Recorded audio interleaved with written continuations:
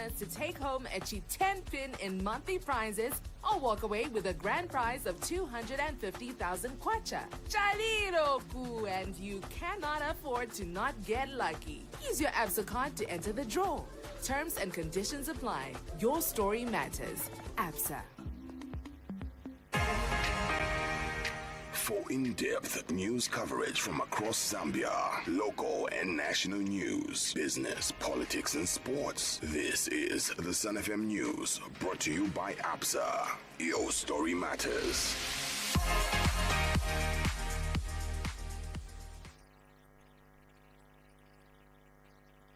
The news.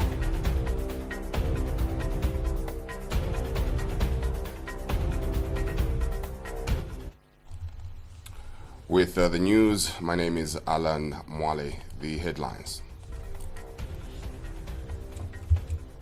Minister of Infrastructure, Housing and Urban Development, Charles Milupi, has arrived in Luanda to represent President Hakainde Hichilema at the 17th edition of the US-Africa Business Summit currently underway.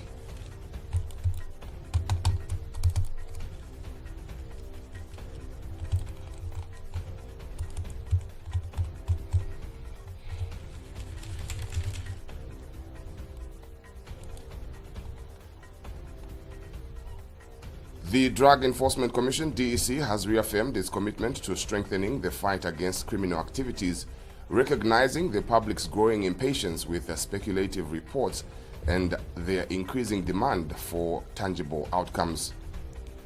A consortium of the Oasis Forum has officially launched a national campaign against Bill number 7 of 2025, which seeks to amend the Constitution.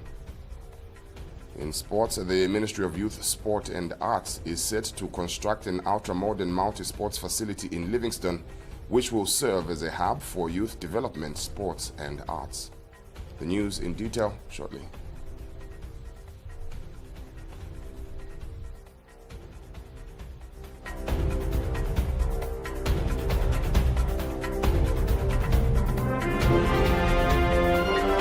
The news. 88.5 Sun FM.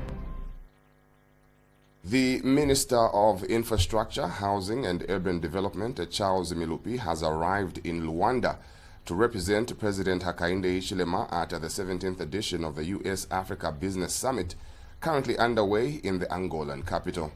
Held under the theme Pathways to Prosperity, a shared vision for US-Africa partnership, the summit serves as a strategic platform for deepening economic collaboration between African nations and the United States.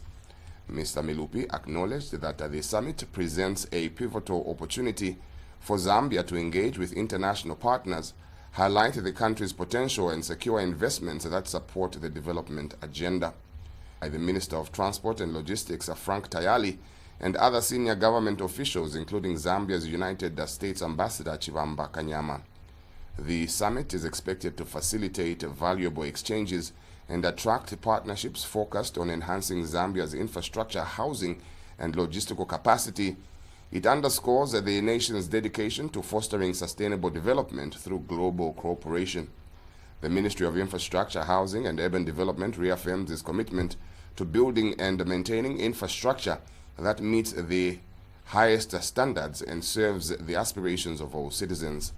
This is according to a statement issued by Ministry of Infrastructure, Housing and Urban Development Principal Public Relations Officer Francesca Banda. The Drug Enforcement Commission, DEC, has reaffirmed a commitment to strengthening the fight against criminal activities, recognizing the public's growing impatience with speculative reports and their increasing demand for tangible outcomes. This assurance was made during the signing ceremony of a Memorandum of Understanding between the DEC and the Road Transport and Safety Agency, RATSA, aimed at bolstering collaborative efforts in investigating crimes linked to proceeds of crime, particularly those involving motor vehicles. DEC Director General Nason Banda hailed the MOU as a significant and dismantle complex and well-organized criminal networks. In recent years, Zambia has seen an alarming rise in cases involving luxury vehicles acquired through criminal proceeds, often registered under third parties to hide true ownership. These vehicles are not only used to commit crimes, but are increasingly becoming a preferred method of laundering stolen funds. Now, in a major move to counter this trend, the Drug Enforcement Commission (DEC) has signed a memorandum of understanding with the Road Transport and Safety Agency (RATSA) to strengthen investigations and improve information sharing. The agreement gives DEC direct access to RATSA's vehicle registration database, eliminating the delays previously caused by paperwork and formal requests. DEC Director General Nason Banda says the public is tired of stories about who will be arrested and now wants to see results. He described the MOU as a concrete and practical tool to recover proceeds of crime. You have seen us pursuing properties as Drug Enforcement Commission, assets. Well, you have seen us pursuing high-value motor vehicles, for example, which are proceeds of crime. We will not be able to move and prepare for court without RATSA. Because RATSA are the ones that will tell us, yes, this car belongs to Mr. X, and here is the record. Or it moved through 4 hands. It was bought by this one, then this one sold it to this one, and so we're able to roll back with the help of RATSA. Now, what's the significance of this MOU? We will now not need to write to RATSA. We will not need now to take a drive to RATSA. Within our buildings here, we'll access the information and get it. Isn't that wonderful? We'll get it, and therefore save you, the people of Zambia, the way you want it. The people out there are tired of criminality. They don't want stories. They are fed up of stories. We are going to arrest this. No, they want intentions. They want results. In 2023 alone, DEC seized 108 vehicles. I want to acknowledge all. RATSA Chief Executive Officer Amon Mwemba described the agreement as a game changer. It is a time when we shall cut through the red tape and information will be distributed or will be accessible to DEC in real time. It will be a lot quicker and a lot easier. For now, DEC investigators will be able to trace vehicle ownership at the click of a button, a move both agencies say will lead to faster arrest, greater asset recovery, and stronger public confidence in Zambia's fight against organized crime. Thomas Mwale, reporting for Sun FM TV News in Lusaka. The Oasis Forum, a consortium comprising the Council of Churches in Zambia, CCZ, Evangelical Fellowship of Zambia, EFZ, Law Association of Zambia, LAZ, Non-Governmental Gender Organizations Coordinating Council, NGOCC, Action Aid, and the Zambia Conference of Catholic Bishops, ZCCB, has officially launched a national campaign against Bill number 7 of 2025, which seeks to amend the Constitution. Speaking at the launch of the campaign, dubbed the Crusade Against Bill 7, Oasis Forum Chairperson Bishop Andrew Mwenda expressed grave concern over the government's determination to proceed with the constitutional reforms without sufficient citizen participation, inclusivity, or national consensus, both in terms of process and content. According to Bishop Mwenda, the Constitution is a people document and should not be used to promote narrow partisan interests. He criticized the current process surrounding Bill 7 of 2025, citing a lack of transparency, public accountability, and public trust. Bishop Mwenda warned that any outcome resulting from such a flawed process would be illegitimate. He further challenged the Minister of Justice's assertion that failing to pass the bill would result in Zambia losing many good things. Profession and abandon the current reform process by withdrawing Constitutional Amendment Bill number 7 of 2025.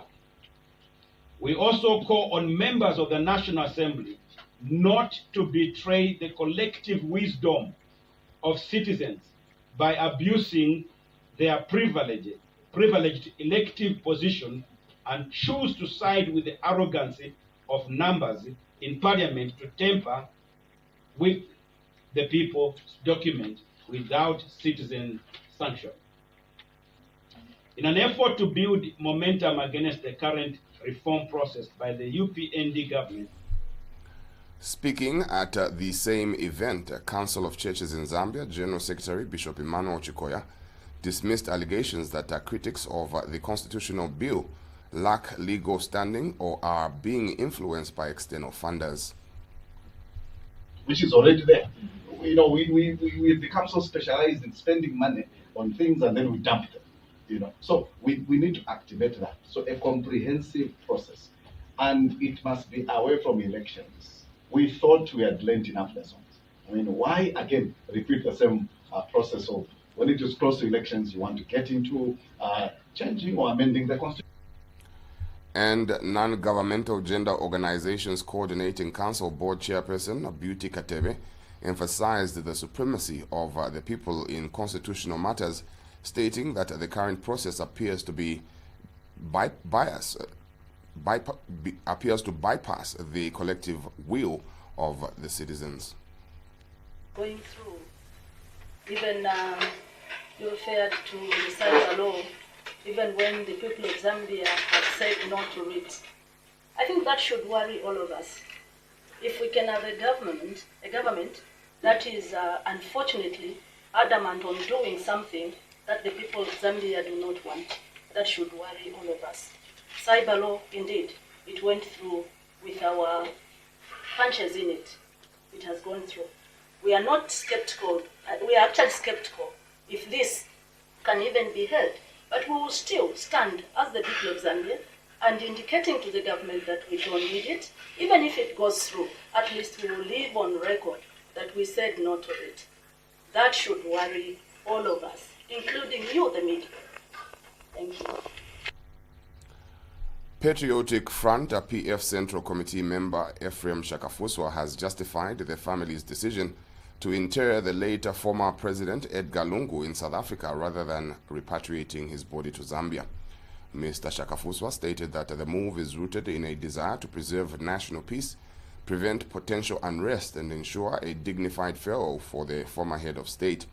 He emphasized that while the decision has sparked a considerable debate, it was made with Zambia's stability and unity in mind. Meanwhile, PF officials, the leaders of the opposition political parties, and Lusaka Archbishop Ali Kibanda have arrived in Pretoria to pay their final respects, joining mourners ahead of Mr. Lungu's burial.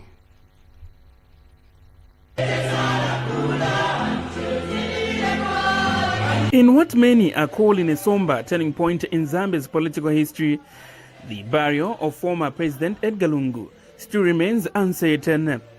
His family confirmed that he will be buried in South Africa, a decision that has been made with mixed reactions in Zambia. People do not realize. Patriotic Front PF Central Committee member Ephraim Shakafuswa has defended the decision, citing what he calls a breach of trust between the government and the family.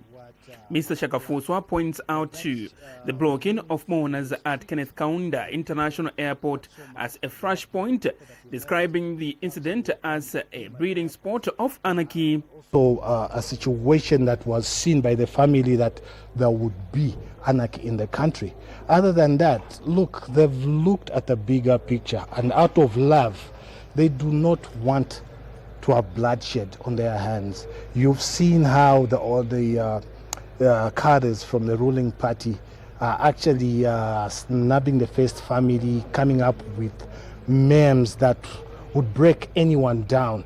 And he says the family fears the funeral in Zambia could be politicized or lead to public disorder, and made the difficult choice out of love for Zambians. If we were to bury here, definitely people would fight, and really they do not want to have bloodshed on their hands. So the decision that they have taken is for the best interest of the nation. Meanwhile, the Southern African Students and Youth Development Association President Ibrahim Mwamba has also spoken, condemning what he says is unfair treatment of the family and urging Zambians to show respect and not ridicule. Message that even today, as youth, if the family had that opportunity to reconsider, to rescind the decision to bring President Lungu in Zambia, we are going to support the family.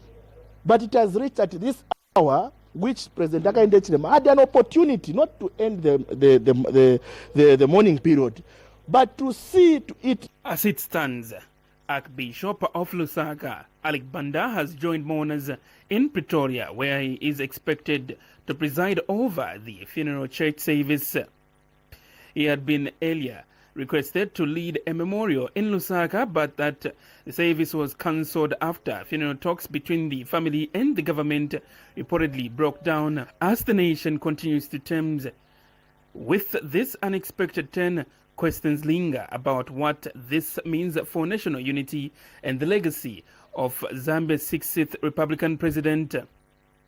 Former President Edgar Lungu will be buried in South Africa, according to what others suggest, in the coming days, with the burial not known as at yet.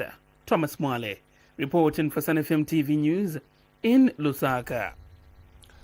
The Ministry of Mines and Minerals Development has dismissed reports claiming that it authorized mining activities at Senseli Mine in Chingola Copperbelt Province.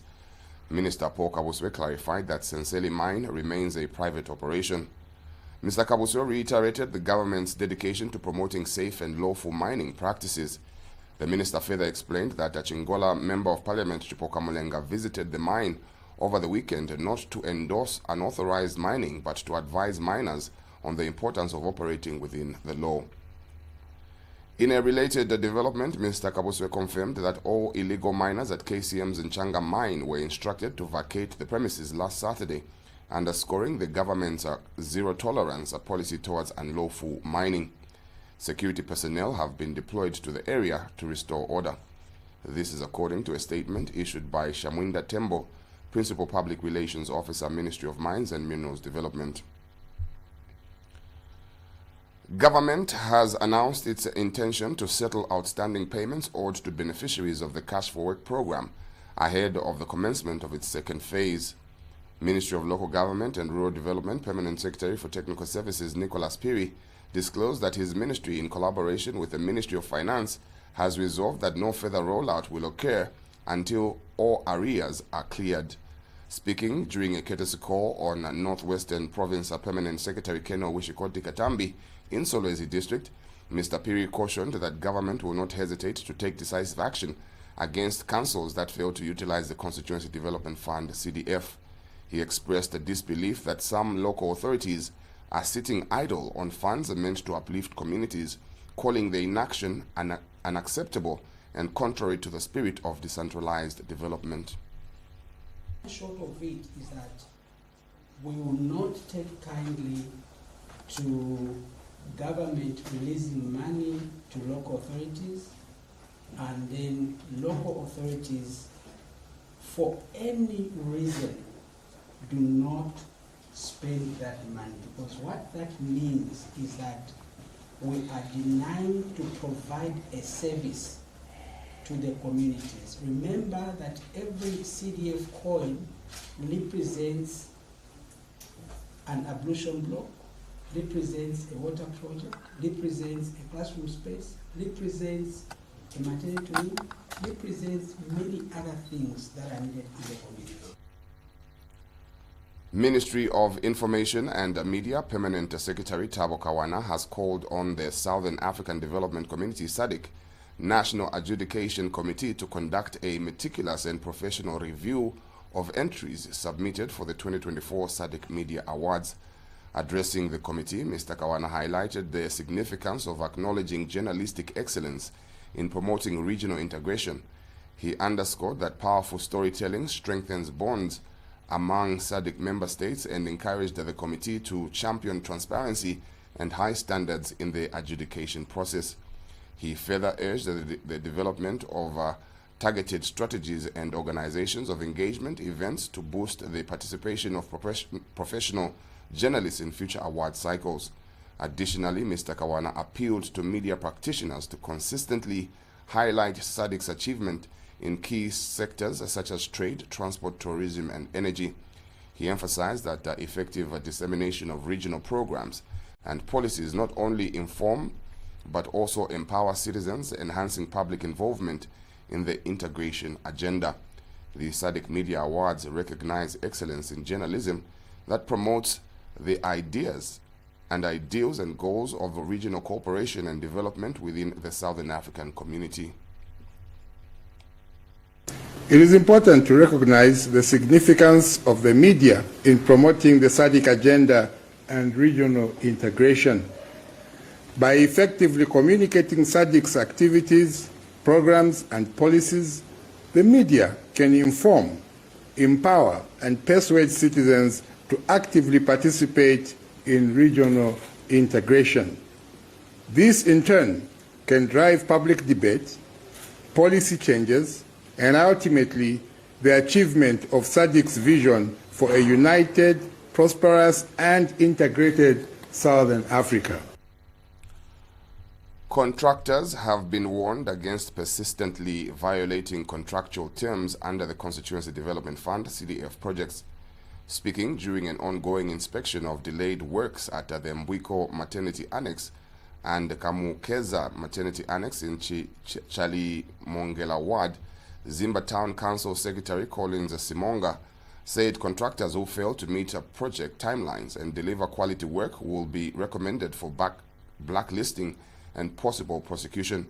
Mr. Simonga further stated that Zimba Town Council is considering terminating contracts for non-performing contractors in order to expedite project completion and allow residents access to essential medical services.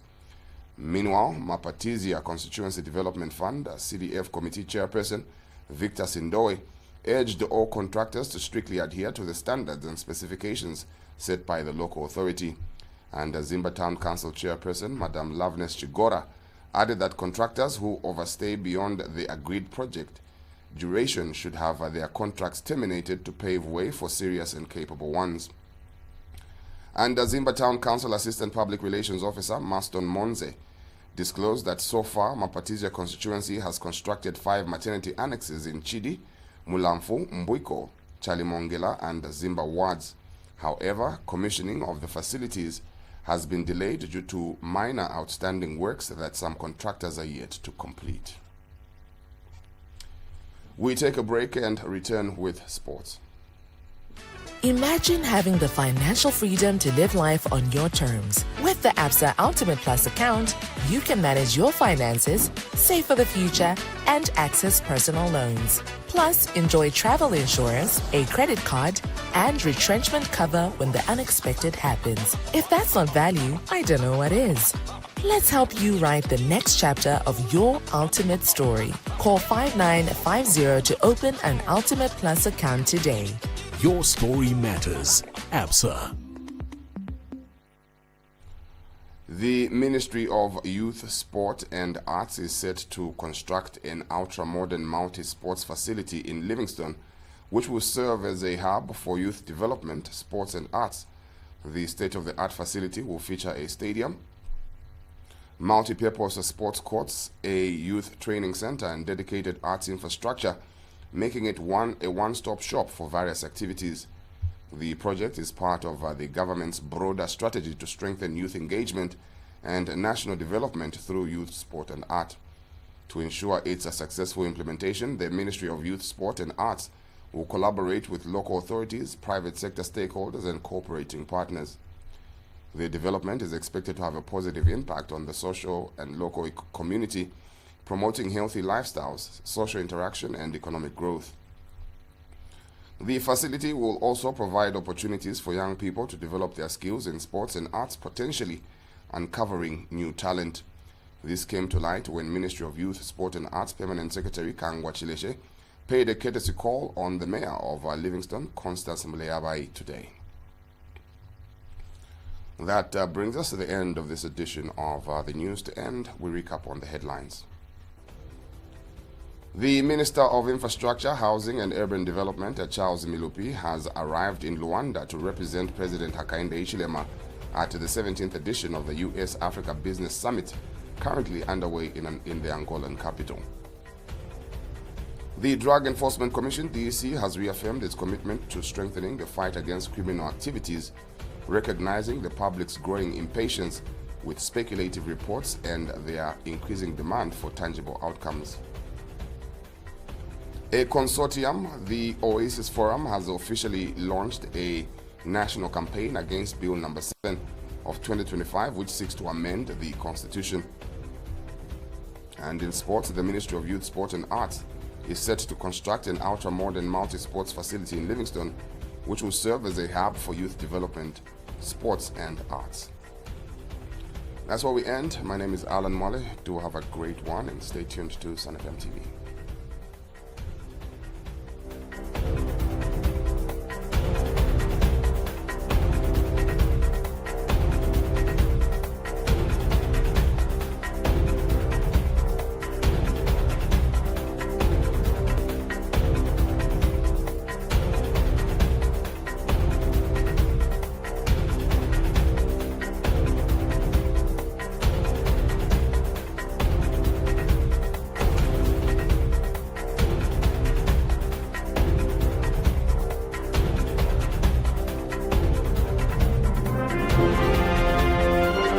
The News, 88.5 Sun FM.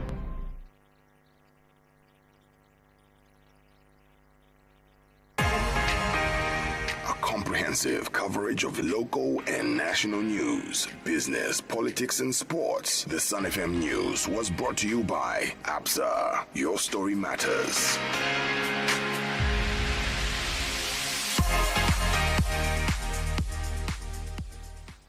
Win namamuli 1 million na ABSA.